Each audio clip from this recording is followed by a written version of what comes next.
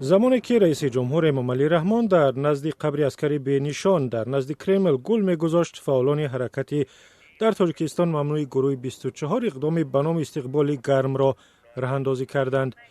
یکی از فعالان این گروه در دست شیار در اینجا اعتراض کرد. اعتراض همگی 10 متر از مجتمع عسکری بینشان دایر شد، اما نه پرزیدنت раҳмон و نه اطرافیانش اعتراضی جوان را ندیدند. در مقامات تاجیکستان عدالت نیست. در همه ساحه‌های دولتی کروپسیا وجود دارد. مردم از گرسنگی اذیت میکشند. حقوق شهروندان چی در داخل و چی در بیرون از تاجیکستان پایمال می شود. Ущемляются права граждан Таджикистана и внутри Таджикистана, и за пределами его. فعالان گروه 24 تجربه به اصطلاح استقبال گرم از پرزیدنت را از شهرهای دیگر گرفتند. قبلا چنین کار را در پراگ و سنت پتربورگ انجام داده بودند. تا آنکه که بجای اعتراض حاضر شوند، فعالان ورقه‌ها را در ایستگاه‌های مسکو نصب کردند.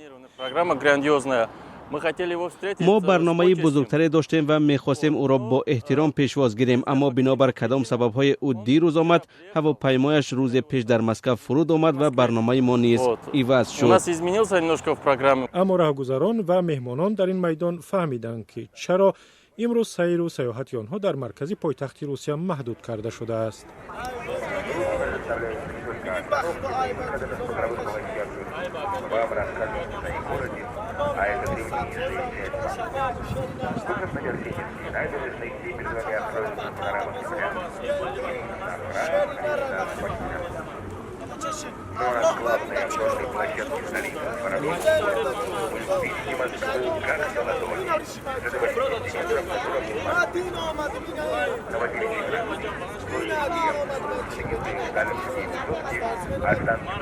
ارادی گروه 24 از رئیس جمهور раҳмон تنها نیست. پس از نیم ساعت اعتراض رحمت جان بهرام همراه فامی حقوق مرکزی مموریال در میدان سرخ دست به اعتراض زد. برای این کارش او را دستگیر کردند.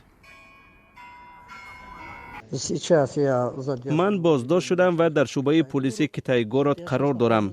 در اینجا نسبت به من حجت و سند ترتیب میدهند. بنابراین مرا حالا اینجا نگاه می‌دارند. هرچند هنگام نوارگیری به فعالان گروه 24 کسی به آنها در نافتاد، اما بعداً آنها پیام دادند که گویا در نزد درآمدگاه مترو افرادی نامعلوم با لباس‌های ملکی به آنها در افتادند.